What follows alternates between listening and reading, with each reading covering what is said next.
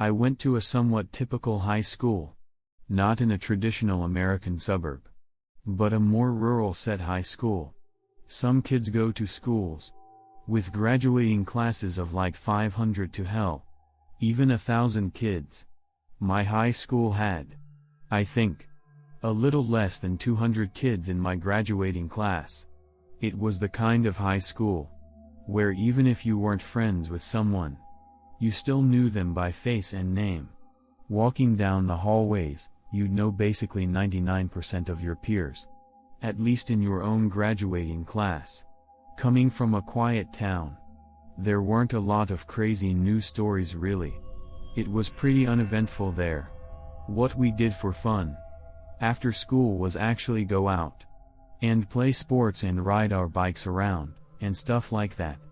This was like 17 years ago though, so I guess things may be a lot different these days for kids. Another thing I always felt that was unique about our school was that there didn't really seem to be any bullying for the most part.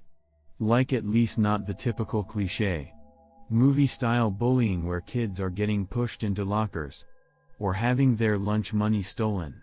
When I think back now, I can't really name a single kid from my graduating class who could be labeled as a bully.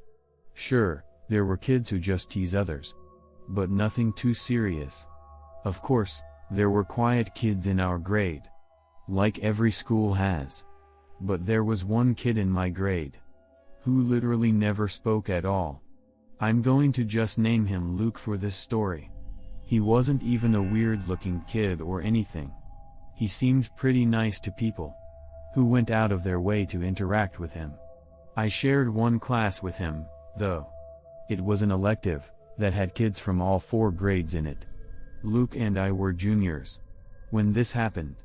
This elective was a computer class, and back when this happened, the computer rooms in our high school were still rocking those big, bulky box computers. I remember the layout of this classroom. There was the aisle in the middle separating 2 columns of tables, and the 2 columns had 4 rows each. Each row had 4 seats, and each student had their own computer. This class wasn't full, so there were probably like 26 filled seats out of 32. Luke always sat in the second row in the furthest seat, to the left with no one next to him, as everyone else sat with people they knew from their respective grades.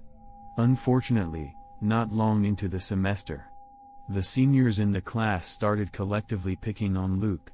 By this I mean some of the seniors would make jokes about how quiet Luke was, that it was scary when the teacher would ask certain things. For whatever reason, our teacher never stood up for Luke and told them to cut it out. The teacher was a bit of a pushover, from what I remember.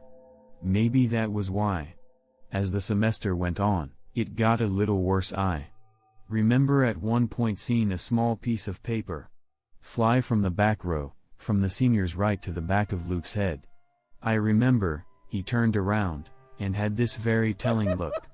The seniors continued to make fun, one of them saying, "Wasn't me," and blaming one of the other seniors. The look on Luke's face just looked like a mix of sadness, anger, and just defeatedness. I genuinely felt bad, but I didn't get involved. Eventually, one day, I saw Luke sitting on a curb not far from the high school. After school ended one day, I passed by him as I was walking to my car. I have an early birthday, so I was driving around halfway through junior year. Given we were in a quiet area, no one was exactly walking distance from school. So, I did the right thing and said, "What's up?"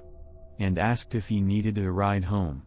His face literally lit up a bit as he said yes. We walked to my car, and from there on, he guided me to his house. It was about a 10-minute drive to his house. We talked a lot during that car ride. I told him he should just ignore the seniors in our computer class. I said they're a bunch of deadbeats anyway. He said they're not the only ones that he's sick of. He implied that he deals with people picking on him in multiple classes, which honestly made me feel pretty terrible for him. In those 10 minutes, I felt like I learned a lot about Luke, and got to know him as a person just a bit. And he seemed like a decent kid. As I dropped him off, I made a comment to him about how close we lived, and then we said goodbye. Every day in class after that, we'd say hey to each other. But admittedly, I unfortunately never got involved.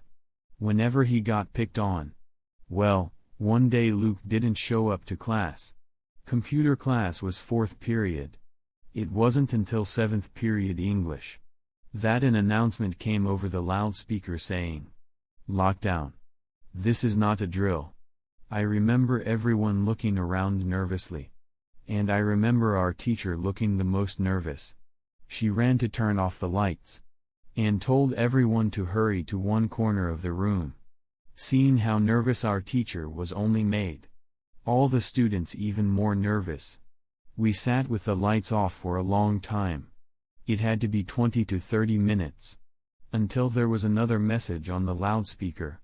It was the principal explaining that there was someone in a mask carrying a black duffel bag trying to get into the school. Our school had really good security.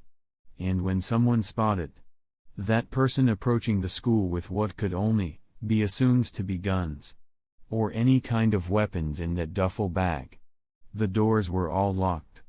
The school day was cut short. After that, once a few police cars were on the scene. I remember it being a Friday. So I took a few of my friends home to my house, so we could hang out. I'd be lying if I said I remember the small details thereafter of that day. But I think it was that same night that I woke up in the middle of the night to light tapping at my window, and I could see someone on the other side of the glass. I started freaking out, and before running to get my dad, I took a closer look and then said, "Who is it?" I heard Luke's voice as he said his name. I felt like my heart dropped a second time. I went over to the window and lifted it just a crack. I said, "What are you doing? How did you find me?"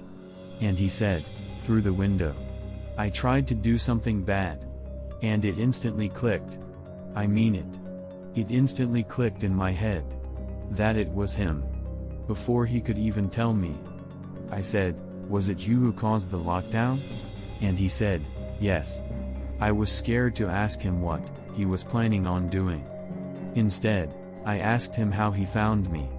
He admitted to remembering the deli that I said I lived by, and he eventually found my car after biking around the area. That explanation didn't make it any less disturbing.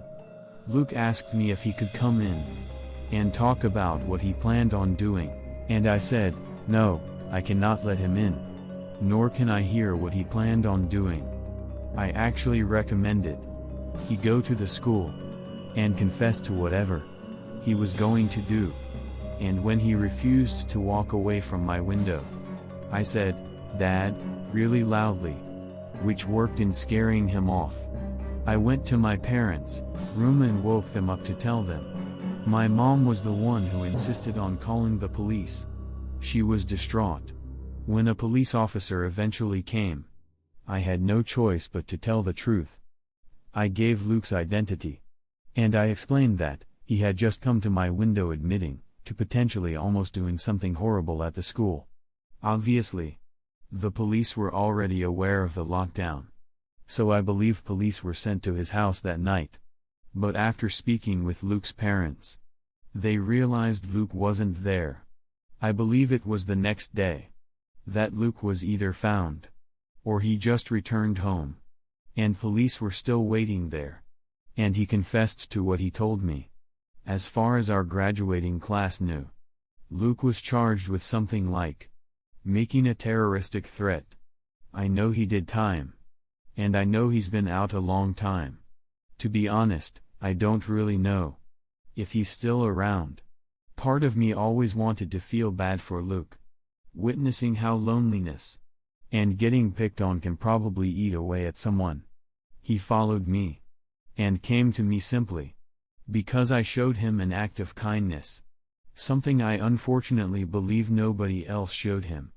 Still, the fact that he admitted to bringing a gun to school with a mask on, even if he didn't admit to intending on carrying out the implied threat, I can't fully believe.